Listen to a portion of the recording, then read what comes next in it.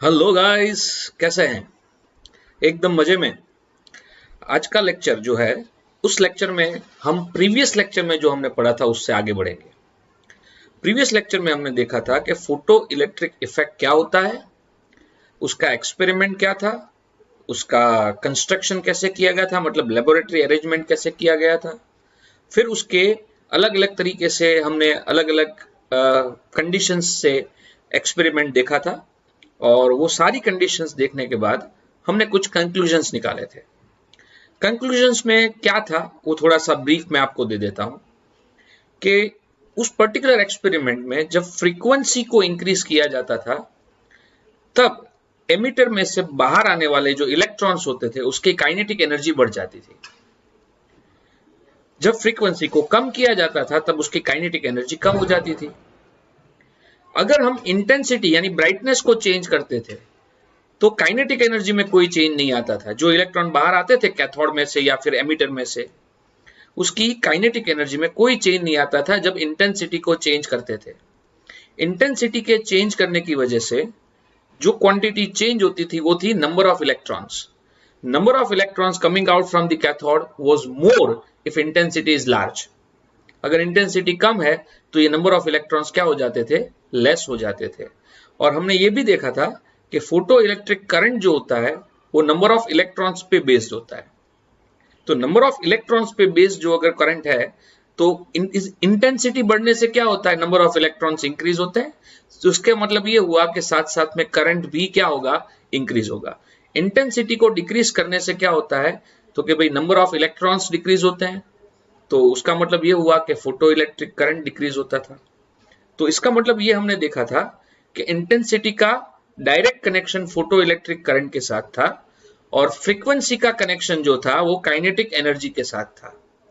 और यहां पे हमने ये देखा था कि काइनेटिक एनर्जी और इंटेंसिटी एक दूसरे से कंप्लीटली इंडिपेंडेंट है। मतलब आप इंटेंसिटी में चेंज करते हो तो इलेक्ट्रॉन की काइनेटिक एनर्जी में कोई चेंज नहीं होता है। साथ साथ में हमने ये भी देखा था कि इसमें स्टॉपिंग पोटेंशियल जो होता है उसका रिलेशन फ्रीक्वेंसी के साथ होता है, और स्टॉपिंग पोटेंशियल और फ्रीक्वेंसी एक दूसरे के डायरेक्ट प्रपोर्शन में होते हैं। उसका जो ग्राफ आता है V0 वर्सेस F का, वो ग्राफ क्या आता है, लीनियर ग्राफ आता है। ये हमने देखा था।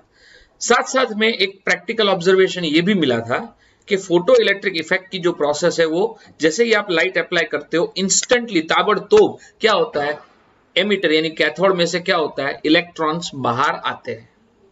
ऐसा नहीं है कि लाइट के गिरने के बहुत टाइम के बाद इलेक्ट्रॉन्स बाहर आएंगे, इलेक्ट्रॉन्स इमीडिएटली इंस्टेंटेनियसली बाहर आते हैं। तो ये सारे कंक्लूजन्स थे फोटो इलेक्ट्रिक इफेक्ट के एक्सपेरिमेंट के। अब सवाल ये आता है कि ये कंक्लूजन को अगर मुझे एक्सप्लेन करना है थियोरेटिकली तो कैसे किया जाए। तो बरसों से लोग जानते थे कि जो भी रेडिएशन यानी जो भी लाइट हम कैथोड पे अप्लाई करते थे, वो लाइट को लोग बरसों से किस तरह से ट्रीट करते थे, वेव की तरह ट्रीट करते थे। तो वेव की तरह अगर हम लाइट को कंसीडर करें और फिर एक्सप्लेन करने की कोशिश करें कि ये सारे कंक्लूजन कैसे मिलते हैं, तो ये देखा गया कि उसमें बहुत सारे लोचे होते हैं। मतलब यहां पे वेव थियरी से एक भी कंक्लूजन आप एक्सप्लेन नहीं कर पाते जो एक्सपेरिमेंटली मिलता है। याद रखो, एक्सपेरिमेंटली जो मिलता है, जो आंखों दिखा होता है, वो हमेशा सच होता है। अगर कोई थियरी एक्सपेरिमेंट को नकार दे कि थियरी सही है एक्सपेरिमेंट गलत है, ऐसा कभी नहीं हो सकता। एक्सपेरिमेंटली जो देखने को मिलता है वो हमेशा सही होता है। अब थियरी आपको डिजाइन ऐसे करना होता है कि जो एक्सपेरिमेंटल एविडेंस को क्या करे, प्रूव करे। तो लोगों ने वेव नेचर को कंसीडर किया। मतलब जो लाइट आती थी कैथोड पे, ठीक है, वो अल्ट्रावायलेट लाइट को लोगों ने वेव की तरह कंसीडर किया और एक्सप्लेन करने की कोशिश की। कौन सी चीजों को एक्सप्लेन करने की कोशिश की भाई, तो कि फोटो इलेक्ट्रिक इफेक्ट में जो कंक्लूजन्स मिलते थे उस कंक्लूजन्स को एक्सप्लेन करने की कोशिश की, और सबको फेलियर मिला। सबको फेलियर मिला। मतलब वेव नेचर से लोगों को पता नहीं चला कि ये कंक्लूजन कैसे आते हैं। अब ऐसा कैसे हुआ, आज का लेक्चर जो है यहीं से शुरू होगा, ठीक है। और फिर उसके बाद हम देखेंगे कि पार्टिकल नेचर से यही कंक्लूजन को हम एक्सप्लेन करने की कोशिश करेंगे, और देखेंगे कि ये जो कंक्लूजन है वो वेव नेचर से तो नहीं होते, क्या पार्टिकल नेचर से हम उसको एक्सप्लेन कर पाएंगे या नहीं कर पाएंगे। तो आज के लेक्चर के बारे में जो मैंने बोला, आज का लेक्चर जो है हमारा अल्टीमेटली ये लेक्चर है। आइए इस पर्टिकुलर लेक्चर को करते हैं शुरू, और इस पर्टिकुलर लेक्चर की शुरुआत में ही हम सब डिस्कस करने वाले हैं। क्या डिस्कस करने वाले हैं कि वेव नेचर क्या होता है और वेव नेचर क्यों फेल हो गया फोटो इलेक्ट्रिक इफेक्ट को एक्सप्लेन करने में। ठीक है, तो वेव नेचर बरसों से फेमस था, मतलब रिफ्लेक्शन का प्रोसेस देख लो, रिफ्रैक्शन देख लो, इंटरफेरेंस देख लो, डिफ्रैक्शन देख लो, पोलराइजेशन देख लो, ये सारी चीजें जो नेचर में देखने को मिलती थी वो सारी चीजें वेव नेचर से ही एक्सप्लेन होती थी। अब तक तो कोई ऐसा आपको एक्सेप्शन नहीं मिला था जिसमें वेव नेचर वर्क ना करता हो। ये पहला ऐसा चीज है जहां पे हम देखेंगे कि वेव नेचर वर्क नहीं कर रहा है। तो wave nature photo electric effect को क्यों एक्सप्लेन नहीं कर पा रहा है, उसके जो रीजंस है वो हम यहां पे देखने वाले हैं।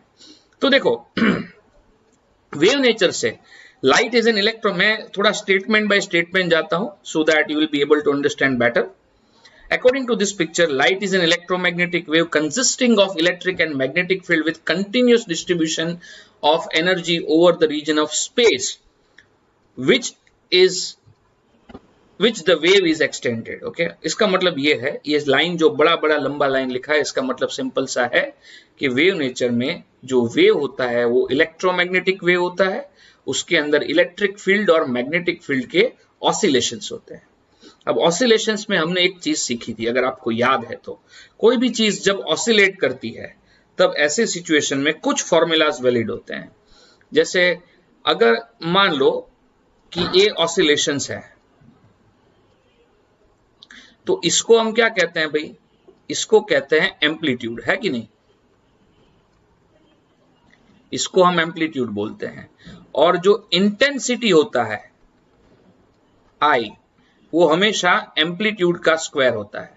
अगर ये इलेक्ट्रोमैग्नेटिक वेव, मतलब अपना जो लाइट जो है वो इलेक्ट्रोमैग्नेटिक वेव है, तो लाइट के लिए भी अगर हम इंटेंसिटी की बात करें तो ये इंटेंसिटी जो है प्रोपोर्शनल टू इलेक्ट्रिक फील्ड के मैग्नीट्यूड के स्क्वायर के प्रोपोर्शन में होनी चाहिए।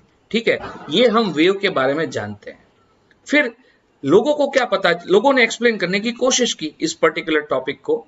तो देखो, अकॉर्डिंग टू वेव नेचर, मैं तीसरी लाइन पढ़ रहा हूं यहां पे, according to wave nature of light, free electrons on the surface of metal absorbs the radiant energy continuously. मतलब मान लो कि मेटल की कोई सरफेस है, मान लो मेरे पास ये एक मेटल की सरफेस है, इस मेटल की सरफेस पे लाइट गिरी, तो जैसे ही लाइट इसके ऊपर गिरती है तो इस मेटल की सरफेस पे जो भी इलेक्ट्रॉन्स है वो इलेक्ट्रॉन्स लाइट में से मिलने वाली एनर्जी को कंटिन्यूअसली क्या करेंगे, एब्सॉर्ब करेंगे। ठीक है, कंटिन्यूअसली एब्सॉर्ब करेंगे। अगर मैं लाइट की इंटेंसिटी को बढ़ा दूं, लाइट की इंटेंसिटी को बढ़ा दूं तो क्या हो जाता है, हमने अभी देखा इंटेंसिटी प्रोपोर्शनल टू क्या होता है, एम्पलीट्यूड का स्क्वायर होता है। मतलब अगर इंटेंसिटी बढ़ाने से इलेक्ट्रिक फील्ड इंटेंसिटी और मैग्नेटिक फील्ड इंटेंसिटी वेव की क्या हो जाएगी, बढ़ जाएगी। मतलब ये वेव जो है वो ज्यादा एनर्जी वाला हो जाएगा। तो ज्यादा एनर्जी वाला वेव है वो क्या करेगा, तो कि जैसे ही उस सरफेस पे गिरेगा, मेटल की सरफेस पे गिरेगा, वो क्या करेगा, वो जो इलेक्ट्रॉन्स है ना मेटल की सरफेस पे, वो जो अभी बाहर निकलने की कोशिश कर रहे हैं, वो इलेक्ट्रॉन क्या करेंगे, ज्यादा एनर्जी को एब्सॉर्ब करेंगे। इंटेंसिटी बढ़ाया तो क्या बढ़ा, एनर्जी बढ़ा, एनर्जी बढ़ा तो क्या करेंगे, मेटल के जो इलेक्ट्रॉन्स है वो ज्यादा एनर्जी एब्सॉर्ब करने की कोशिश करेंगे, और ज्यादा एनर्जी एब्सॉर्ब करने की कोशिश करेंगे तो जैसे ही बाहर आएंगे वो, तो उसके पास काइनेटिक एनर्जी क्या हो जाएगी, बढ़ जाएगी। पहले कम एनर्जी थी तो कम काइनेटिक एनर्जी से बाहर आते थे, अब ज्यादा एनर्जी है तो ज्यादा काइनेटिक एनर्जी से बाहर आएंगे। समझ में आया कि नहीं आया, बहुत सिंपल सी बात है। लेकिन यहाँ पे क्या हुआ, देखो ध्यान से, यहाँ पे ज्यादा एनर्जी से कब बाहर आए, काइनेटिक, उसकी काइनेटिक एनर्जी कब इंक्रीज हुई, तो कि हमने जो इंसिडेंट लाइट अप्लाई की है उस इंसिडेंट लाइट की इंटेंसिटी को जब मैंने बढ़ाया तब जाके क्या हुआ, इलेक्ट्रॉन ज्यादा काइनेटिक एनर्जी से बाहर आ रहे हैं। लेकिन अपना ऑब्जर्वेशन याद करो, ऑब्जर्वेशन में क्या था, इंटेंसिटी कितनी भी आप चेंज कर लो, प्रैक्टिकल ऑब्जर्वेशन में ये मिलता था कि इंटेंसिटी को कितना भी चेंज कर लो, बाहर आने वाले इलेक्ट्रॉन की काइनेटिक एनर्जी में कोई भी चेंज नहीं आएगा। बहुत सिंपल सी बात है। तो यहाँ पे अगर मैं वेव नेचर लेके चलता हूं तो वेव नेचर से मुझे ये पता चलता है कि इंटेंसिटी बढ़ने से बाहर आने वाले इलेक्ट्रॉन की काइनेटिक एनर्जी बढ़ जाती है। बट कंक्लूजन हमारा ऐसा है जिसमें ये कहता है कि इंटेंसिटी बढ़ने से काइनेटिक एनर्जी बढ़नी नहीं चाहिए। तो ये जो है कॉन्ट्राडिक्शन क्रिएट हो गया कि नहीं हो गया भाई? कॉन्ट्राडिक्शन हुआ। जो प्रैक्टिकल रिजल्ट मिलता था और थियोरेटिकल एक्सप्लेनेशन जो है वो एक दूसरे के साथ क्या हो रहा है? मिसमैच हो रहा है। उसके बाद दूसरा चीज देखते हैं। Also no matter what the frequency of radiation is, a sufficiently intense beam of radiation should be able to impart enough energy to electrons so that they exceed the minimum energy needed to escape from the metal। मतलब यहां पे ऐसी बात है, समझना ये क्या कहने की कोशिश कर रहा है ये स्टेटमेंट। देखो हमने अभी डिस्कस क्या किया कि ये मेटल है, मेटल की सरफेस है, मेटल की सरफेस पे ये इलेक्ट्रॉन्स है। अब हमने क्या किया, लाइट जब इस इलेक्ट्रॉन पे अप्लाई की, लाइट की जब हम इंटेंसिटी बढ़ाते हैं तो क्या हो जाएगा, ये इलेक्ट्रॉन जो है वो ज्यादा एनर्जी एब्सॉर्ब करेगा, ज्यादा एनर्जी एब्सॉर्ब करेगा तो वो ज्यादा काइनेटिक एनर्जी से क्या करेगा, बाहर आएगा। वेव नेचर ऐसा कहता है। अब यहाँ पे इस पर्टिकुलर एक्सप्लेनेशन में ये लाइट की फ्रीक्वेंसी के बारे में तो कोई बात ही नहीं की, मतलब फ्रीक्वेंसी कम है या ज्यादा है डजंट मैटर, है ना, कम है या ज्यादा है कोई फर्क नहीं पड़ता। इंटेंसिटी बढ़ाने से काइनेटिक एनर्जी बढ़ती है, फ्रीक्वेंसी की वैल्यू कोई भी हो, ऐसा रिजल्ट हमको देखने को मिलता है। लेकिन हम जानते हैं कि फोटो इलेक्ट्रिक इफेक्ट में क्या होता था, एक थ्रेशोल्ड फ्रीक्वेंसी जैसी कोई चीज होती थी। थ्रेशोल्ड फ्रीक्वेंसी से कम फ्रीक्वेंसी वाले लाइट जो है वो लाइट इलेक्ट्रॉन को मेटल से बाहर नहीं निकालती थी। इलेक्ट्रॉन को अगर बाहर निकलना है मेटल से तो जो लाइट होती थी उस लाइट की frequency certain value, certain threshold frequency से ज्यादा होनी चाहिए। लेकिन अपना जो ये वेव नेचर वाला एक्सप्लेनेशन है उस एक्सप्लेनेशन पे तो इंटेंसिटी वाली बात चल रही है, फ्रीक्वेंसी की तो कोई बात ही नहीं आ रही है। समझ में आया? तो इसका मतलब ये हुआ कि फ्रीक्वेंसी वाली जो बात है वो यहाँ पे कोई कनेक्टेड है ही नहीं अगर हम वेव नेचर लेके चलते हैं। लेकिन एक्सपेरिमेंटली क्या देखता है, frequency is an integral part, frequency के बिना यहाँ पे इलेक्ट्रॉन तो बाहर निकलता ही नहीं है, मतलब फ्रीक्वेंसी की वैल्यू थ्रेशोल्ड से अगर ज्यादा हुई तभी जाके इलेक्ट्रॉन बाहर निकलेगा। तो ये भी कॉन्ट्राडिक्शन हुआ, आप समझ सकते हो। फिर अब दूसरी बात लेते हैं, मान लो कि फिर से बताता हूं मैं, ये अपना मेटल का एक सरफेस है, इस मेटल के सरफेस के ऊपर अगर लाइट आती है, ठीक है, इसके ऊपर लाइट आती है तो क्या करेगी, लाइट के जो वेव्स है वो मेटल की पूरी सरफेस पे गिरेंगे कि नहीं गिरेंगे? ऐसा थोड़ा है कि एक वेव आया तो एक पॉइंट पे ही गिरेगा, वेव सिंगल तो होता नहीं है, वेव का क्या होता है, बीम होता है। तो मतलब मेटल की पूरी सरफेस पे ये जो लाइट है वो क्या हो जाएगी, उसकी एनर्जी जो है वो डिस्ट्रीब्यूट हो जाएगी। लाइट की एनर्जी जो है जैसे ही वो गिरेगी मेटल पे उसकी एनर्जी क्या हो जाएगी, पूरी मेटल पे डिस्ट्रीब्यूट हो जाएगी। अब मान लेते हैं किसी इलेक्ट्रॉन को मेटल में से बाहर निकलने के लिए फॉर एग्जांपल 100 जूल एनर्जी की रिक्वायरमेंट है, फॉर एग्जांपल 100 जूल की रिक्वायरमेंट है। अब मान लो 100 जूल वाली लाइट आ रही है, 100 जूल एनर्जी वाली लाइट आ रही है तो मैं तो खुश हो जाऊंगा, वाह वाह 100 जूल की रिक्वायरमेंट है और 100 जूल वाली लाइट आ रही है तो क्या हो जाएगा, इलेक्ट्रॉन उस लाइट को एब्सॉर्ब करके बाहर निकल जाएगा, फोटो इलेक्ट्रिक इफेक्ट देखने को मिलेगा। नहीं, ऐसा नहीं होगा, क्योंकि 100 जूल लाइट जैसे ही मेटल की सरफेस पे गिरेगी वो 100 जूल पूरी मेटल की सरफेस पे डिस्ट्रीब्यूट हो जाएगा। मान लो कि उस मेटल की सरफेस पे फॉर एग्जांपल 1000 इलेक्ट्रॉन है, कितने हैं भाई, 1000 इलेक्ट्रॉन, तो वो 1000 इलेक्ट्रॉन को 100 जूल लाइट मिलेगी। सोच लो जरा ध्यान से, ये है मेटल, यहां पे 1000 इलेक्ट्रॉन है, एक इलेक्ट्रॉन को बाहर निकलने के लिए 100 जूल की रिक्वायरमेंट है और हमने क्या किया, 100 जूल वाला लाइट अप्लाई भी किया, लेकिन ये 100 जूल जो है वो पूरे मेटल में डिस्ट्रीब्यूट हो जाएगा। मतलब ये 100 जूल एक इलेक्ट्रॉन को नहीं मिलेगा, कितने इलेक्ट्रॉन को मिलेगा भाई, 1000 इलेक्ट्रॉन को मिलेगा। तो इसका मतलब ये हुआ कि पर इलेक्ट्रॉन कितनी एनर्जी मिली, 0.1 जूल एनर्जी मिली कि नहीं मिली। इसका मतलब ये हुआ कि जब भी लाइट वेव फॉर्म में मेटल के ऊपर गिरती है तो वो लाइट की जो एनर्जी है वो पूरे मेटल पे क्या हो जाती है, डिस्ट्रीब्यूट हो जाती है, और उसकी वजह से एक सिंगल इलेक्ट्रॉन को जो एनर्जी मिलती है वो बहुत ही कम मिलती है। अब मान लो बहुत कम मिलेगी तो ये इलेक्ट्रॉन बाहर निकलेगा? नहीं निकलेगा, उसको तो 100 जूल चाहिए। अभी तो उसके पास कितना है, अभी हमने देखा कि 1000 इलेक्ट्रॉन अगर है, 100 जूल का लाइट मैंने यहां पे अप्लाई किया है, तो ऐसी सिचुएशन में पर इलेक्ट्रॉन 0.1 जूल मिलेगा। एक इलेक्ट्रॉन को इतना एनर्जी मिलेगा। तो मतलब और भी लाइट अप्लाई करो, और भी लाइट अप्लाई करो, अप्लाई करते जाओ करते जाओ करते जाओ, तो जैसे जैसे मैं लाइट अप्लाई करता जाऊंगा, इलेक्ट्रॉन को पर इलेक्ट्रॉन ये जो एनर्जी है वो क्या हो जाएगी, इंक्रीज हो जाएगी। मान लो पहले 100 जूल अप्लाई किया, फिर दूसरा 100 जूल मैंने अप्लाई किया। जब दूसरा 100 जूल अप्लाई करूंगा तो इलेक्ट्रॉन के पास कितनी एनर्जी हो जाएगी, 0.2। फिर तीसरा 100 जूल अप्लाई करूंगा तो 0.3, फिर चौथा 100 जूल अप्लाई करूंगा तो 0.4, ऐसे करते करते करते 0.1, 0.2, 0.3 करते करते जब इलेक्ट्रॉन के पास 100 जूल होगा ना, तब जाके इलेक्ट्रॉन क्या करेगा, बाहर निकलेगा। तो बोलो ये 0.1 जूल इस इंस्टेंटली मिलता है, लेकिन 100 जूल जो है वो इंस्टेंटली नहीं मिलता है। समझ में आया? 0.1 जूल जो है ना वो इंस्टेंटली मिल जाता है, लेकिन 100 जूल इंस्टेंटली नहीं मिलता। 100 जूल एनर्जी तो क्या करनी पड़ती है, इलेक्ट्रॉन को एक्यूमुलेट करनी पड़ती है, इकट्ठा करनी पड़ती है। जब इलेक्ट्रॉन आने वाली लाइट की टोटल एनर्जी में से अपना शेयर लेगा, अपनी जेब में डाल देगा, फिर दूसरी लाइट आई, अपना शेयर लेगा, जेब में डाल देगा, तीसरी लाइट आई, उस अपना शेयर लेगा, जेब में डाल देगा। ऐसे करते करते जब उसके जेब में इतनी एनर्जी हो जाएगी जिस एनर्जी से ये इलेक्ट्रॉन क्या कर सके, मेटल से बाहर आ सके, तब जाके ये इलेक्ट्रॉन क्या करेगा, बाहर आएगा। तो अगर ऐसी प्रोसेस से अगर इलेक्ट्रॉन बाहर आता है तो क्या आप ऐसा बोल सकते हो कि ये जो इलेक्ट्रॉन है वो इंस्टेंटेनियसली बाहर आएगा?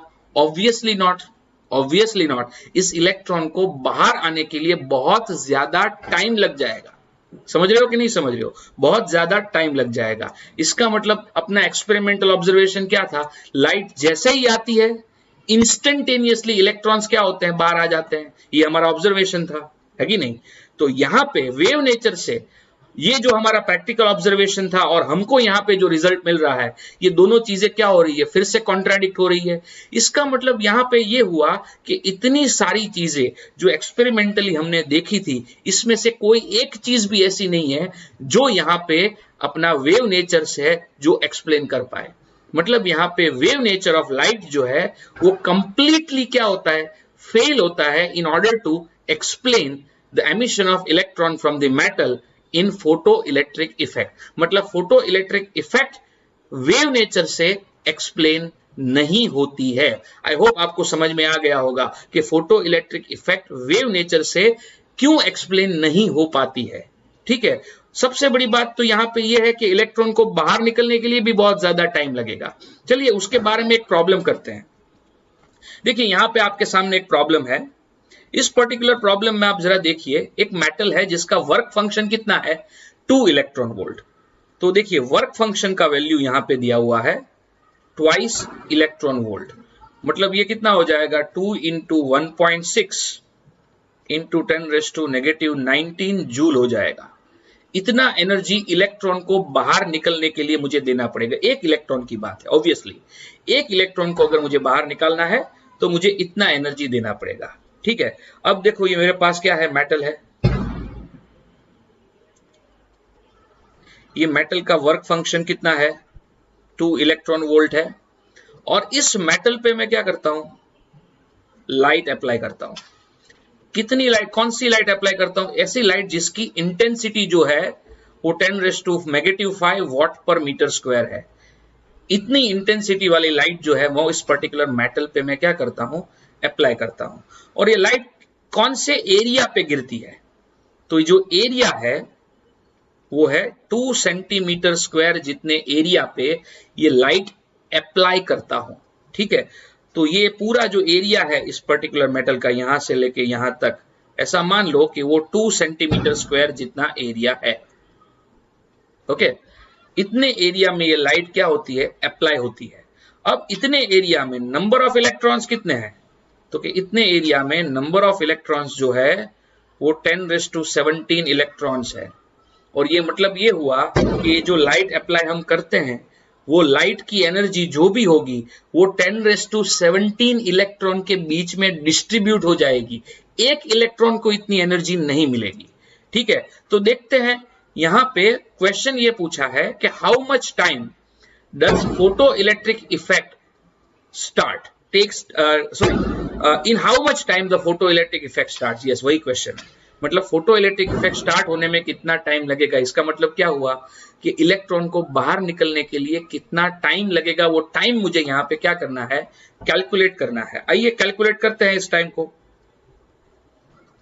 इसके लिए सबसे पहले क्या करते हैं, फॉर वेव इंटेंसिटी को कैसे डिफाइन किया जाता है, ये हमने 11th में पढ़ा था। तो इंटेंसिटी होता है energy upon area into time, ये उसका फॉर्मूला होता है। और उसके ऊपर से एनर्जी अपॉन टाइम जो होता है उसका वैल्यू कितना आएगा, इंटेंसिटी इनटू एरिया आएगा। इसका मतलब ये हो गया कि energy incident on metal in unit time, okay, per unit time या इन यूनिट टाइम कितना होगा, that is equal to I into A. I का वैल्यू कितना है 10⁻⁻5 और एरिया है 2 सेंटीमीटर स्क्वायर। 2 सेंटीमीटर का स्क्वायर करोगे तो 10⁻⁻4 मीटर स्क्वायर हो जाएगा। And therefore energy incident on metal per second कितना मिलेगा मुझे, 2 इंटू 10⁻⁹ जूल पर सेकेंड मिलेगा, है ना। इतना एनर्जी एवरी सेकेंड उस पर्टिकुलर मेटल पे क्या हो रहा है, फॉल हो रहा है। लेकिन इतनी एनर्जी कौन एब्सॉर्ब करेगा, एक इलेक्ट्रॉन नहीं, एक इलेक्ट्रॉन नहीं करता। यहां पे 10⁻17 इलेक्ट्रॉन जो है वो ये एनर्जी एब्सॉर्ब करेंगे। तो हम यहां पे लिखेंगे as 10⁻17 electron absorbs this energy, okay, energy given to single electron per second कितना होगा, तो कि 2 इंटू 10⁻⁹ अपॉन 10⁻17।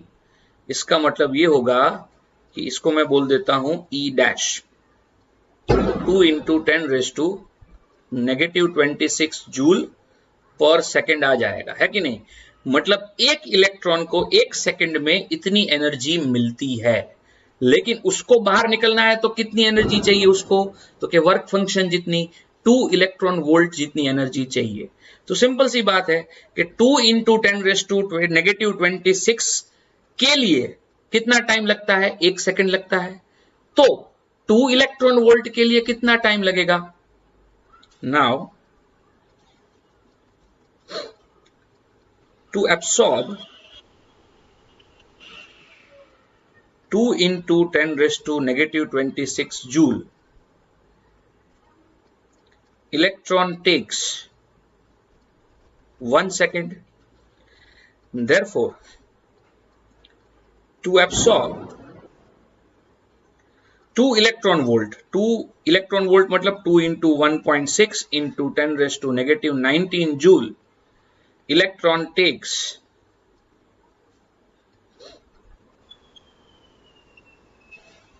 कितना टाइम लेगा, मैं यहां पे लिख रहा हूं, electron takes time t is equal to 2 into 1.6 into 10⁻⁻26, sorry -26 नहीं आएगा, -19 आएगा, डिवाइडेड बाय क्या आएगा, 2 इंटू 10⁻⁻26। तो यहां से मुझे मिलेगा टाइम कितना मिलेगा, 1.6 इंटू 10⁻⁷ सेकेंड्स। अगर आप इस टाइम को मंथ्स में कैलकुलेट करोगे तो this time is approximately 6 months. ये जो टाइम है ना अप्रोक्सीमेटली कितना आएगा, 6 महीने जितना टाइम आएगा। मतलब लाइट अप्लाई करने के 6 महीने के बाद इलेक्ट्रॉन क्या होगा, एमिट होगा। मतलब फोटो इलेक्ट्रिक इफेक्ट को स्टार्ट होने में 6 महीने लग जाएंगे। ऐसा कैसे हुआ भाई? क्योंकि हमने ये कैलकुलेशन जो की वो प्योरली वेव नेचर को कंसीडर करके यहां पे की, ठीक है। और वेव नेचर में हमने ये भी सीखा थोड़ी देर पहले कि वेव नेचर में इलेक्ट्रॉन को बाहर आने के लिए टाइम लगता है, ज्यादा टाइम लगता है, ठीक है। इस केस में तो 6 महीने लग जाते हैं। लेकिन एक्सपेरिमेंट क्या था? एक्सपेरिमेंट आपको कहता था कि इलेक्ट्रॉन को बाहर निकलने के लिए कोई टाइम नहीं लगता, इलेक्ट्रॉन जैसे ही लाइट अप्लाई होती है इंस्टेंटेनियसली बाहर आते हैं। तो आई होप आपको सबको समझ में आ गया होगा कि वेव नेचर ये फोटो इलेक्ट्रिक एमिशन को एक्सप्लेन करने में कैसे फेल हुआ। I hope it is very much clear, right? This is very important question. ये अच्छी तरह से पढ़ना भैया। अब क्वेश्चन ये आता है, तो फिर अगर वेव नेचर फेल हुआ तो फिर कौन सा नेचर कंसीडर करें? तो आप मन में बोलोगे सर पार्टिकल नेचर कंसीडर करते हैं। तो पार्टिकल नेचर का ख्याल कैसे आया? तो देखो, प्लैंक ने पार्टिकल नेचर के बारे में तो बोल दिया था, लेकिन जैसे मैंने बोला था ना कि प्लैंक की थियरी को एक्सेप्ट करने में लोगों को बहुत ज्यादा टाइम लगा। लोग मानते थे कि ये जेन्युइन चीज है लेकिन एक्सेप्टेबल नहीं है, ठीक है। अब इस सिचुएशन में the genius called Einstein enter हुए कि भाई ये चीज इंटरेस्टिंग है, अब देखते हैं फोटो इलेक्ट्रिक इफेक्ट को एक्सप्लेन करने का जो तरीका है वो पार्टिकल नेचर से हो सकता है या नहीं हो सकता। तो पार्टिकल नेचर का यूज करके आइंस्टाइन ने इस पर्टिकुलर एक्सप्लेनेशन को एक्सप्लेन करने के लिए बेसिकली एक थ्योरी बनाई। आप सोचोगे सर पार्टिकल नेचर को ही यूज करना था तो फिर क्रेडिट आइंस्टाइन को क्यों दे, क्रेडिट तो फिर प्लैंक को देनी चाहिए। देखो यहां पे एक बहुत ही सिंपल सा कॉमन सेंस वाला एक डिफरेंशिएशन है। देखो ध्यान से समझना मैं जो बोलने वाला हूं। प्लैंक की थियरी क्या थी? प्लैंक की थियरी में ऐसा था कि कोई ब्लैक बॉडी जो है, ब्लैक बॉडी में से बाहर आने वाले जो रेडिएशंस होते हैं they are not radiations but they are particles. बाहर आने वाले रेडिएशंस आर पार्टिकल। अब आइंस्टाइन ने सोचा कि अगर मान लेते हैं कि रेडिएशंस वेव नहीं है और पार्टिकल है, मान लेते हैं प्लैंक सही है, तो मतलब रेडिएशन बाहर आने वाले अगर पार्टिकल है तो फिर अंदर जाने वाले या एब्सॉर्ब होने वाले रेडिएशन को भी मैं पार्टिकल कंसीडर कर सकता हूं, इसमें कोई बुराई नहीं है। अगर नेचर में वेव और पार्टिकल दोनों चीजें एग्जिस्ट है, अगर नेचर रेडिएशन को पार्टिकल की तरह ट्रीट करता है तो नेचर डिफरेंशिएट नहीं करेगा। ऐसा नेचर नहीं सोचेगा नहीं भाई बाहर आने वाले रेडिएशन है ना वही पार्टिकल, अगर अंदर जाने वाले या एब्सॉर्ब होने वाले रेडिएशन को पार्टिकल आप ट्रीट नहीं कर सकते। नेचर ऐसा कभी नहीं करेगा। नेचर सबके लिए क्या करेगा, इवन रहेगा। अगर बाहर आने वाला रेडिएशन पार्टिकल की तरह बिहेव करता है तो एब्सॉर्ब होने वाला रेडिएशन भी क्या करेगा, पार्टिकल की तरह बिहेव कर सकता है। ऐसा आइंस्टाइन भाई साहब ने सबसे पहले बोला। तो यहां पे दोनों के बीच में डिफरेंस हुआ, समझ लो। प्लैंक की थ्योरी में तो बाहर आने वाले एमिट होने वाले ब्लैक बॉडी में से बाहर आने वाले रेडिएशन को उसने क्या बोला था, पार्टिकल बोला था। लेकिन अपना फोटो इलेक्ट्रिक इफेक्ट का एक्सपेरिमेंट सोचो, इसमें क्या हो रहा है, तो इसमें अपने पास क्या है, मेटल की प्लेट है, मेटल की प्लेट है, मेटल की प्लेट के ऊपर हम क्या कर रहे हैं, लाइट अप्लाई कर रहे हैं। और लाइट से एनर्जी कौन एब्सॉर्ब करेगा भाई, तो कि लाइट से एनर्जी जो है वो इलेक्ट्रॉन एब्सॉर्ब करेगा और इलेक्ट्रॉन एनर्जी एब्सॉर्ब करके वो बाहर आने वाला है। तो यहां पे जो रेडिएशन हम अप्लाई कर रहे हैं मेटल के ऊपर, वो रेडिएशन को भी क्या कंसीडर करना चाहिए, वेव कंसीडर करना चाहिए। ऐसा आइंस्टाइन ने सबसे पहले बताया। उसके बेसिस पे आइंस्टाइन ने ये पर्टिकुलर फोटो इलेक्ट्रिक इफेक्ट को एक्सप्लेन करना शुरू किया। एंड बिलीव मी ये बहुत ही आसानी से हो गया, बहुत ही आसानी से ये एक्सप्लेनेशन मिल गया, ठीक है। और आइंस्टाइन को इस एक्सप्लेनेशन के लिए नोबेल प्राइज भी मिला। अब सोचो ये एक्सप्लेनेशन कितना इजी था।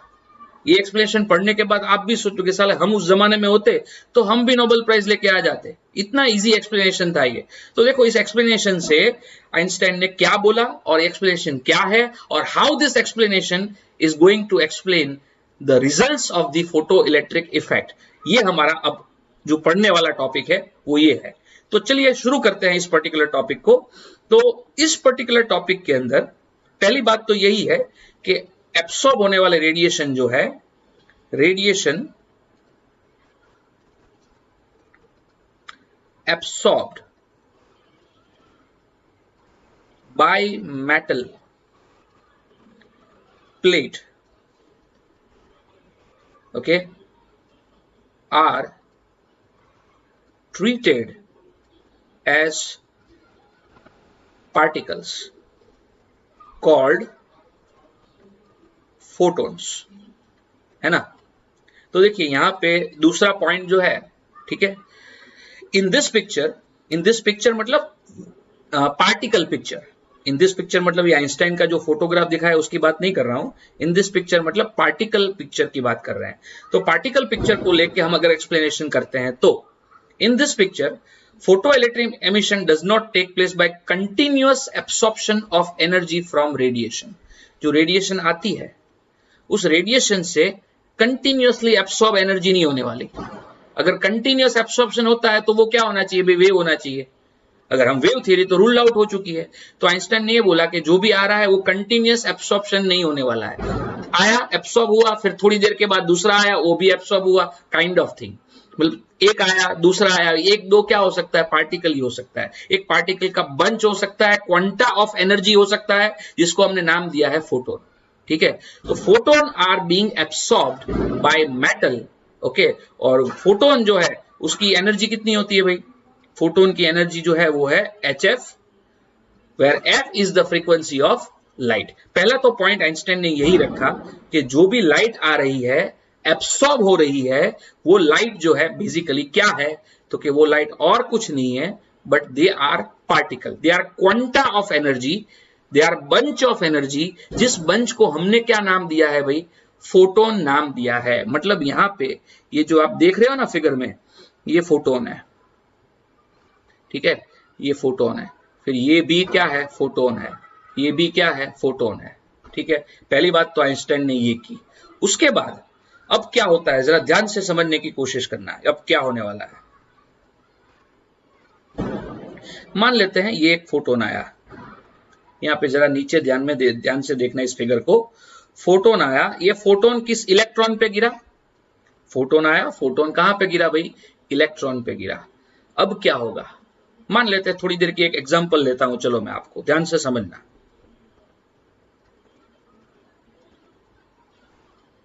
ये इलेक्ट्रॉन है, इसके ऊपर एक फोटोन आया, ठीक है। फोटोन के पास मास नहीं होता, फोटोन के पास चार्ज नहीं होता, इसकी वजह से हम ऐसा लिख सकते हैं कि इलेक्ट्रॉन क्या करेगा, फोटोन को एब्सॉर्ब करेगा, क्योंकि एब्सॉर्ब करने से मास चेंज नहीं होगा।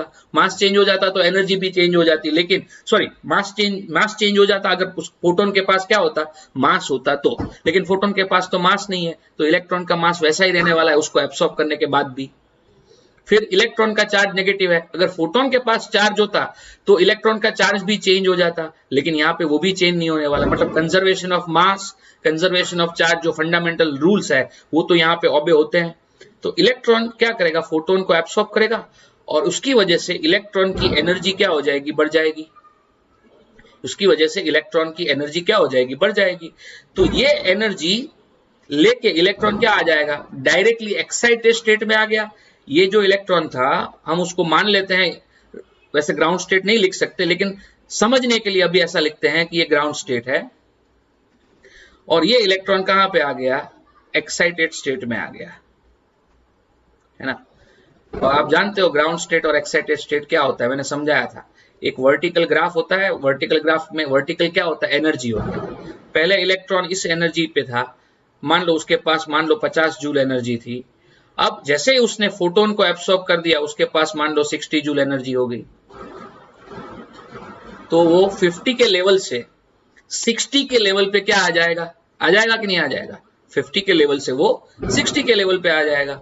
और ये दो एनर्जी लेवल के बीच में होने वाले जो ट्रांजिशंस होते हैं, वो ट्रांजिशन के लिए यूजुअल जो टाइम होता है ना, वो 10⁻⁹ सेकंड के ऑर्डर में होता है।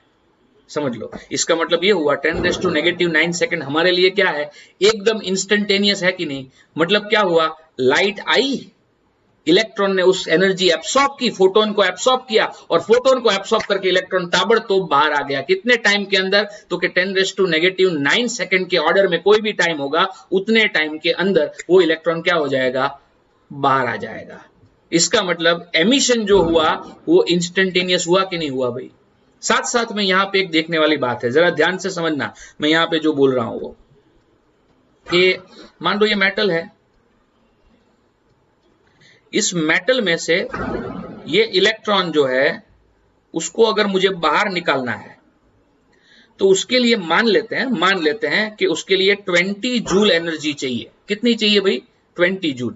तो क्या बोल सकता हूं कि 20 जूल जो है वो उसका वर्क फंक्शन हुआ, है ना। 20 जूल जो है वो क्या हुआ? उसका वर्क फंक्शन हो गया। 20 जूल एनर्जी उसका वर्क फंक्शन है। अगर मैं यहां पे फोटोन अप्लाई करता हूं, एक फोटोन नहीं, बहुत सारे फोटोन, बट ये फोटोन की एनर्जी कितनी है? 100 जूल का फोटोन मैं अप्लाई करता हूं। एक फोटोन का एनर्जी कितना है? 100 जूल है, जिसको हम क्या बोलते हैं? HF कहते हैं। फोटोन की एनर्जी को HF कहते हैं ना। तो 100 जूल वाला फोटोन मैं क्या करता हूं? इस इलेक्ट्रॉन पे अप्लाई करता हूं। तो जैसे ही इलेक्ट्रॉन बाहर आएगा, कोई आप में से बता सकता है कि ये इलेक्ट्रॉन जो बाहर आएगा, तो बाहर आने के बाद इलेक्ट्रॉन के पास कितनी एनर्जी होगी? कॉमन सेंस लगाओ तो पता चल जाएगा कि इलेक्ट्रॉन को 100 जूल एनर्जी मिली, तो उसमें से 100 जूल में से 20 जूल एनर्जी जो है वो इलेक्ट्रॉन खर्च कर देगा। किस में? तो कि बाहर आने में। तो इसका मतलब ये होगा कि बाहर आते ही इलेक्ट्रॉन के पास कितनी एनर्जी होगी? 80 जूल जितनी एनर्जी होगी। और ये 80 जूल जो है वो इलेक्ट्रॉन की क्या है? काइनेटिक एनर्जी है। तो चलो मैं ऐसा इक्वेशन लिख सकता हूं कि नहीं लिख सकता हूं, मुझे बताना। इस पर्टिकुलर सिचुएशन में 100 joule is equal to 80 joule plus 20 joule, है ना। तो 100 जूल क्या है? तो क्या HF है। 80 जूल क्या है? तो क्या मैक्सिमम काइनेटिक एनर्जी है। और 20 जूल क्या है? तो क्या वर्क फंक्शन है। तो इसके ऊपर से मैं काइनेटिक एनर्जी का फॉर्मूला अगर लिखना चाहूं तो क्या लिख सकता हूं? HF माइनस 50 लिख सकता हूं। हाँ या ना, जल्दी से बताओ, समझ में आया कि नहीं आया? तो आइंस्टाइन ने भी यही किया भाई। ये जो मैंने किया ना, वही काम आइंस्टाइन ने किया था। मतलब मैंने आइंस्टाइन का काम रिपीट किया यहाँ पे। तो मतलब यहाँ पे देखो लिखा है, if the quantum of energy absorbed exceeds the minimum energy needed for electron to escape from the metal, then electron emitted with the maximum kinetic energy K max is equal to HF minus 5।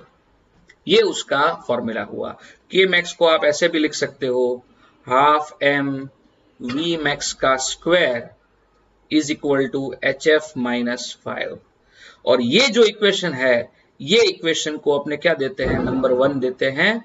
This is known as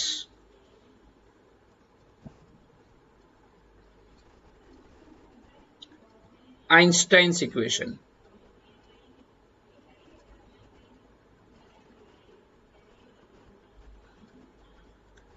of photo electric effect.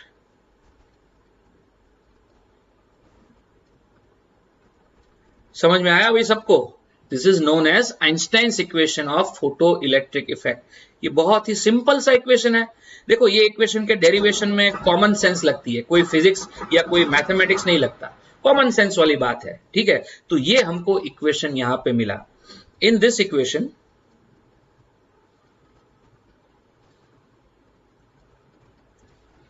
आप कुछ replacement कर सकते हो।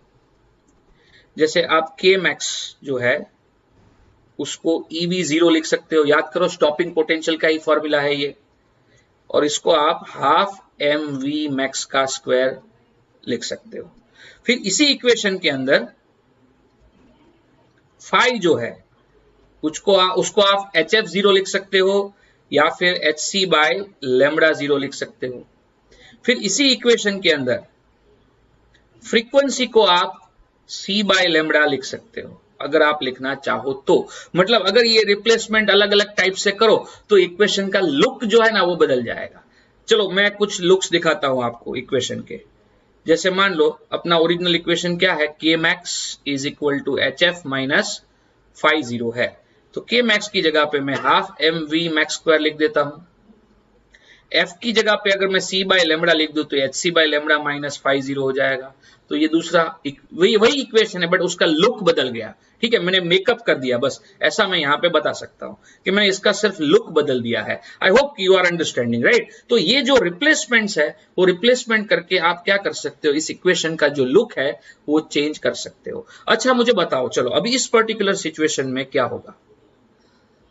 मान लेते हैं कि ये इलेक्ट्रॉन जो है, इस इलेक्ट्रॉन को बाहर निकलने के लिए कितना एनर्जी चाहिए भाई, 20 जूल एनर्जी चाहिए। और अगर मैं इसके ऊपर 20 जूल का फोटोन अप्लाई करूं तो क्या होगा, तो कुछ नहीं, ये 20 जूल लेके इलेक्ट्रॉन बाहर आ जाएगा और बाहर आके क्या हो जाएगा, स्टेशनरी हो जाएगा। क्यों ऐसा हो जाएगा भाई, क्योंकि ऐसी सिचुएशन में उसकी काइनेटिक एनर्जी क्या हो जाएगी, जीरो हो जाएगी। मतलब इलेक्ट्रॉन की काइनेटिक एनर्जी तभी जाके मिलती है जब आने वाले फोटोन की जो एनर्जी होती है वो एनर्जी इलेक्ट्रॉन, यानी इलेक्ट्रॉन को बाहर निकलने के लिए जो वर्क फंक्शन की जरूरत होती है वो वर्क फंक्शन से क्या होनी चाहिए, ज्यादा होनी चाहिए, है ना। अगर मान लो कोई इलेक्ट्रॉन टाइटली बाउंड है, टाइटली बाउंड मतलब इजीली उसको बाहर निकालना मुश्किल है, तो टाइटली बाउंड इलेक्ट्रॉन है, इसका मतलब क्या हो जाएगा, उसका वर्क फंक्शन क्या हो जाएगा, ज्यादा हो जाएगा। मान लो यहां पे यही मेटल है, यही मेटल का ये दूसरा कोई इलेक्ट्रॉन है जिसके लिए मान लो कि वर्क फंक्शन की वैल्यू है 50 जूल, और ये इलेक्ट्रॉन के वर्क फंक्शन की वैल्यू कितनी है, 20 जूल। वैसे होता नहीं है ऐसा, ठीक है, एक मटेरियल के अंदर जितने भी इलेक्ट्रॉन है उसके लिए ऑलमोस्ट सारे इलेक्ट्रॉन के लिए वर्क फंक्शन की वैल्यू ऑलमोस्ट क्या होती है, सेम होती है, ऑलमोस्ट सेम होती है। लेकिन जस्ट एग्जांपल के तौर पे मैं बता रहा हूं, ये इलेक्ट्रॉन टाइटली बाउंड हो गया। कैसे टाइटली बाउंड हो गया, क्योंकि उसका वर्क फंक्शन ज्यादा है। इसका मतलब इस इलेक्ट्रॉन को बाहर निकालना है तो मुझे बहुत ज्यादा एनर्जी देनी पड़ेगी। तो मैं क्या, कौन सी एनर्जी यहां पे देता हूं भाई, चलो मैं यहां पे 100 जूल एनर्जी यहां पे देता हूं। तो यहां पे बाहर आने वाला इलेक्ट्रॉन जो होगा उसकी काइनेटिक एनर्जी कितनी होगी, 50 जूल होगी। और अगर मैं यहां पे 100 जूल देता तो बाहर आने वाले इलेक्ट्रॉन की काइनेटिक एनर्जी कितनी होती, 80 जूल होती है कि नहीं। इसका मतलब जो टाइटली बाउंड इलेक्ट्रॉन होता है वो बाहर आके उसकी काइनेटिक एनर्जी क्या हो जाती है, कम हो जाती है। और जो लूजली बाउंड इलेक्ट्रॉन होता है उसकी काइनेटिक एनर्जी बाहर आके क्या हो जाती है, ज्यादा होती है। समझ में आया कि नहीं आया भाई। तो यहां पे देखो नेक्स्ट स्टेटमेंट पढ़ो, नेक्स्ट स्टेटमेंट कुछ यही कहने की कोशिश कर रहा है कि more tightly bound electrons will emerge with kinetic energy less than the maximum value, है ना, सिंपल है, उसकी जो एनर्जी काइनेटिक एनर्जी होगी वो कम होगी। फिर note that the intensity of light of a given frequency is determined by the number of photon incident पर सेकंड। अभी हमने इंटेंसिटी की मैं बात करता हूं। चलो इंटेंसिटी का फॉर्मूला क्या है, energy upon area into time. यहां पे रेडिएशन एनर्जी, कौन सी एनर्जी, अगर हम प्लैंक वाला थियरी यूज कर रहे हैं, पार्टिकल नेचर को यूज कर रहे हैं, तो इस एनर्जी की जगह पे मुझे क्या लिखना पड़ेगा, NHF लिखना पड़ेगा, अपॉन AT करना पड़ेगा। तो इस इक्वेशन को मैं थोड़ा ऐसा लिख सकता हूं, देखो N/T HF अपॉन A ऐसा लिख सकता हूं। तो इसको देखने से मुझे क्या पता चलता है कि इंटेंसिटी जो होती है वो N/T के प्रपोर्शन में होती है। ये N/T क्या है, तो कि नंबर ऑफ फोटोन अप्लाइड पर सेकेंड, या फिर नंबर ऑफ इलेक्ट्रॉन्स एमिटेड पर सेकेंड। ऐसा दोनों क्यों लिखा है मैंने, ऐसा मैंने मान लिया है कि जितने फोटोन अप्लाई होते हैं उतने इलेक्ट्रॉन बाहर निकलते हैं, ऐसा, ठीक है। तो मतलब जो भी इलेक्ट्रॉन बाहर निकलेंगे ना, वो इलेक्ट्रॉन के नंबर किसके ऊपर डिपेंड करते हैं, इंटेंसिटी के ऊपर डिपेंड करते हैं। ये हमने कहां पे देखा था भाई, एक्सपेरिमेंटल रिजल्ट में देखा था, है ना। और यहां पे भी देखो ऐसा हमको देखने को मिल रहा है, यू कैन सी दैट, ऐसा हमको यहां पे देखने को मिल रहा है। मतलब ये जो इंटेंसिटी वाला जो चीज था वो भी यहाँ पे क्या हो गया, क्लियर हो गया। यहाँ पे इसका बाद वाला स्टेटमेंट देखो, increasing the intensity will increase the number of emitted electrons पर सेकेंड। अभी हमने देखा कि I जो है वो प्रोपोर्शनल टू क्या होता है, N/T होता है। इंटेंसिटी इंक्रीज करोगे तो क्या होगा, नंबर ऑफ इलेक्ट्रॉन्स एमिटेड पर सेकेंड क्या हो जाएंगे, इंक्रीज हो जाएंगे भाई। वो प्रैक्टिकल जो अपना था एक्सपेरिमेंटल रिजल्ट उसके साथ ये मैच हो रहा है, ठीक है कि नहीं। तो एग्जैक्टली अब फोटो इलेक्ट्रिक इफेक्ट का एक्सप्लेनेशन आइंस्टाइन ने कैसे दिया उसके बारे में हम बात करेंगे। तो देखो, सबसे पहली बात तो यहां पे ये है कि अपना इक्वेशन, आइंस्टाइन्स इक्वेशन देखो। आइंस्टाइन्स इक्वेशन क्या है? तो हमने आइंस्टाइन्स इक्वेशन देखा कि kinetic energy is equal to HF minus phi zero. तो यहां पे आप देख रहे हो कि frequency and kinetic energy are related, है ना। फ्रीक्वेंसी और काइनेटिक एनर्जी क्या है? एक दूसरे के साथ कनेक्टेड है, और उन दोनों का जो रिलेशन है वो लीनियर रिलेशन है। देखो, ये इक्वेशन है y is equal to mx plus c type का इक्वेशन है, मतलब फ्रीक्वेंसी के साथ काइनेटिक एनर्जी का जो रिलेशन आएगा वो कैसा आएगा? लीनियर रिलेशन आएगा। तो अपने थ्योरी में क्या आता था? काइनेटिक एनर्जी चेंज करनी होती थी तो हम क्या करते थे? फ्रीक्वेंसी को ही चेंज करते थे। फ्रीक्वेंसी बढ़ाओ तो काइनेटिक एनर्जी बढ़ती थी, फ्रीक्वेंसी कम करने पे काइनेटिक एनर्जी कम होती थी। और ये इक्वेशन से हमको क्लियरली पता चलता है कि इस इक्वेशन में भी आप चेक करके देखो, फ्रीक्वेंसी इंक्रीज करोगे तो काइनेटिक एनर्जी इंक्रीज हो जाएगी, फ्रीक्वेंसी डिक्रीज करोगे तो काइनेटिक एनर्जी डिक्रीज हो जाएगी। तो ये पहला जो है वो हमने एक्सप्लेन किया। फिर दूसरा, अब देखो, काइनेटिक एनर्जी जो होती है, काइनेटिक एनर्जी जो होती है वो हमेशा पॉजिटिव होती है ना। इसका मतलब ये हुआ कि HF माइनस फाई जीरो जो होगा वो हमेशा पॉजिटिव होगा, ठीक है। इसका मतलब ये हुआ कि HF माइनस फाई जीरो को हम क्या लिख सकते हैं? HF जीरो लिख सकते हैं, वो पॉजिटिव होगा। और इसके ऊपर से मुझे क्या मिलेगा? F ग्रेटर देन F0 मिलेगा। और इसका मतलब ये हुआ कि अगर मुझे इलेक्ट्रॉन का एमिशन करना है तो जो लाइट हम अप्लाई करेंगे, जो फोटोन हम अप्लाई करेंगे, उस फोटोन के रेडिएशन की जो फ्रीक्वेंसी होगी वो फ्रीक्वेंसी थ्रेशोल्ड फ्रीक्वेंसी F0 से ज्यादा होनी चाहिए। मतलब ये जो रिजल्ट हमको वहां पे देखने को मिलता था, क्योंकि थ्रेशोल्ड फ्रीक्वेंसी के बियॉन्ड ही क्या होता था? फोटो इलेक्ट्रिक एमिशन होता था, उससे पहले ये नहीं होता था। तो यहां पे ये भी आपको दिखने को मिल जाता है, यू कैन सी दैट, ठीक है। फिर जैसे ही मैंने बोला, अभी थोड़ी देर पहले एक्सप्लेन किया कि फोटोन जैसे ही एब्सॉर्ब हुआ, इलेक्ट्रॉन क्या करेगा? अपने लोअर एनर्जी स्टेट में से हायर एनर्जी स्टेट में आ जाएगा, और उसके लिए अप्रोक्सीमेटली जो टाइम लगता है वो 10⁻⁹ सेकंड के आसपास होता है। इसका मतलब ये हुआ कि इंस्टेंटेनियस एमिशन वाली जो बात थी वो भी यहाँ पे क्या हो जाती है? प्रूव हो जाती है। मतलब जो भी रिजल्ट्स हमने एक्सपेरिमेंटली देखे थे वो सारे रिजल्ट्स वन बाय वन क्या हो रहा है? प्रूव हो रहा है। यू कैन सी दैट, ठीक है। उसके बाद in the picture, in this picture, मतलब कौन सा picture? Particle picture. Particle picture में intensity of radiation is proportional to number of energy quanta per unit area per unit time. मतलब हमने अभी देखा था कि हियर इंटेंसिटी जो थी वो क्या होता है? रेडिएशन एनर्जी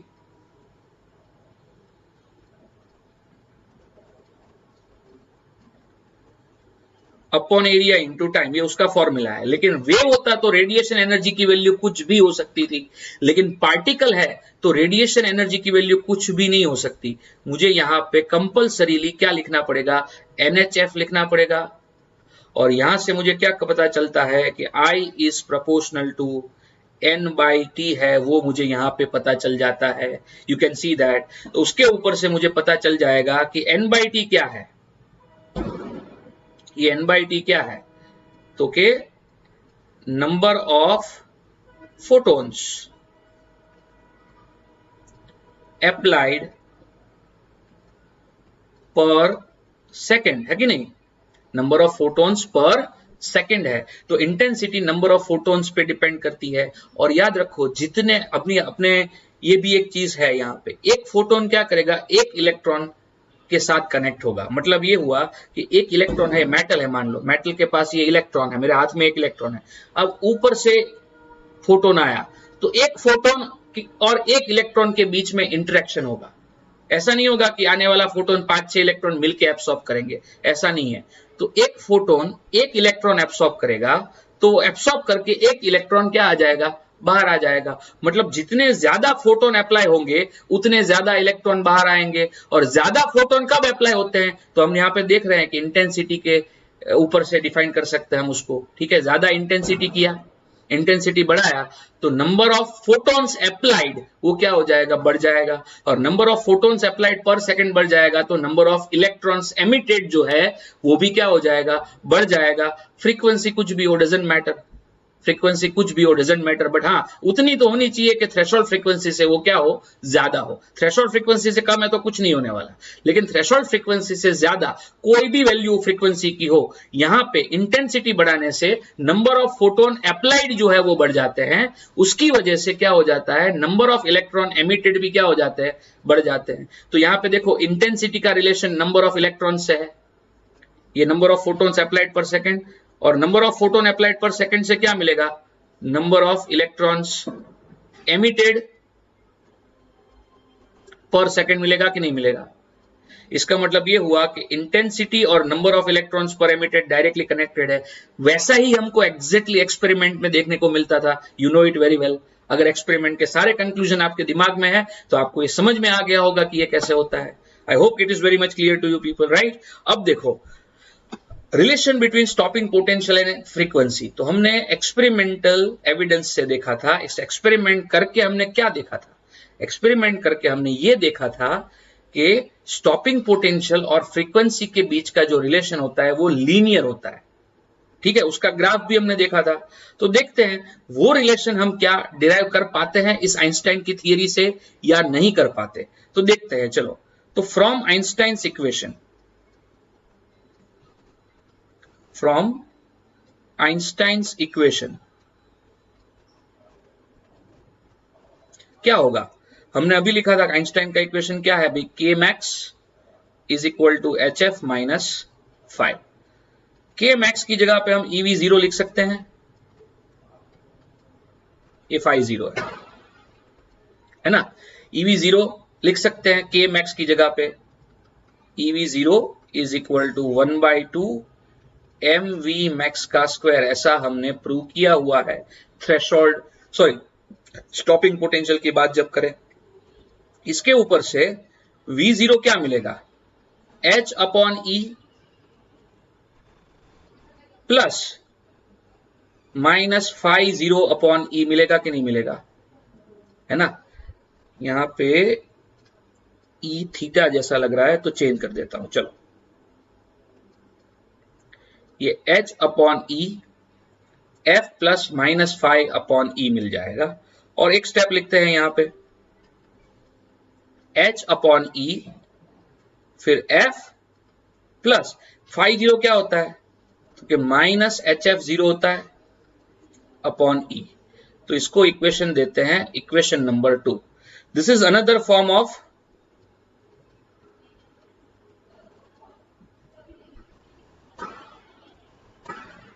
आइंस्टाइन्स इक्वेशन, है ना। This is another form of Einstein's equation of photoelectric effect.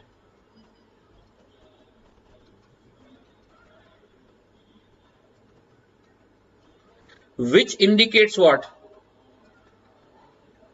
Which indicates equation of line. You can see इसका फॉर्मेट देखो, इसका फॉर्मेट क्या है, y is equal to M X plus C वाला format है। आइए देखते हैं हियर क्या प्रूव हुआ, V0 H अपॉन ई फिर F plus minus HF0 upon E, है कि नहीं, माइनस HF0 अपॉन ई।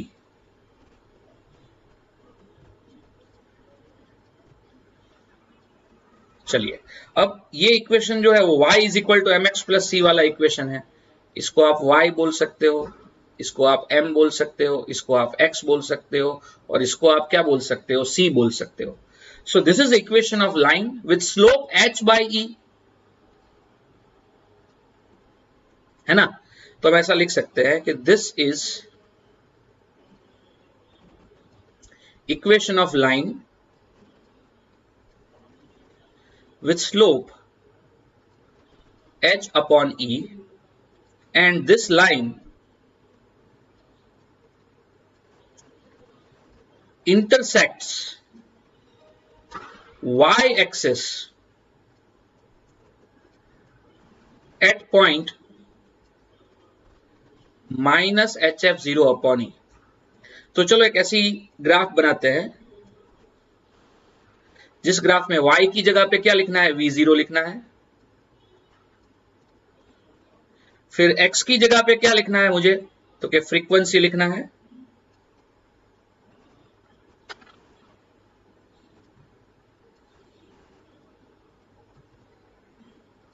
ना। तो ये हो गया।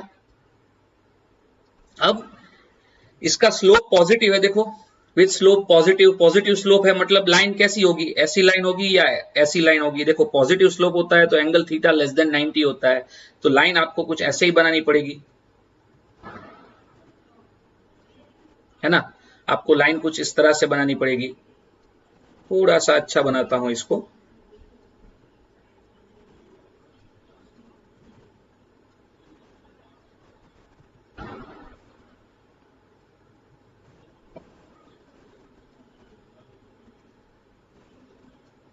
और ये लाइन y एक्सिस को कहां पे इंटरसेप्ट करती है भाई, y एक्सिस को इस पॉइंट पे माइनस HF0 अपॉन ई वाले पॉइंट पे इंटरसेप्ट करती है। तो लाइन कुछ ऐसी मिलनी चाहिए।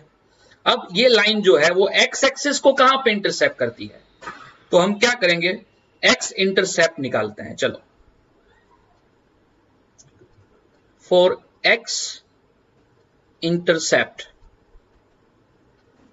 क्या होगा, y जीरो करना पड़ेगा। y जीरो करना पड़ेगा तो y अगर जीरो कर दोगे आप तो यहां पे अपने केस में क्या करना पड़ेगा, v0 को जीरो करना पड़ेगा। तो v0 को जीरो अगर आप कर देते हो तो क्या होता है देखते हैं। चलो h upon E into F minus HF0 upon E, ये क्या हो जाएगा, जीरो हो जाएगा। फिर h बाई ई निकल जाएगा तो f minus F0 is equal to zero आ जाएगा।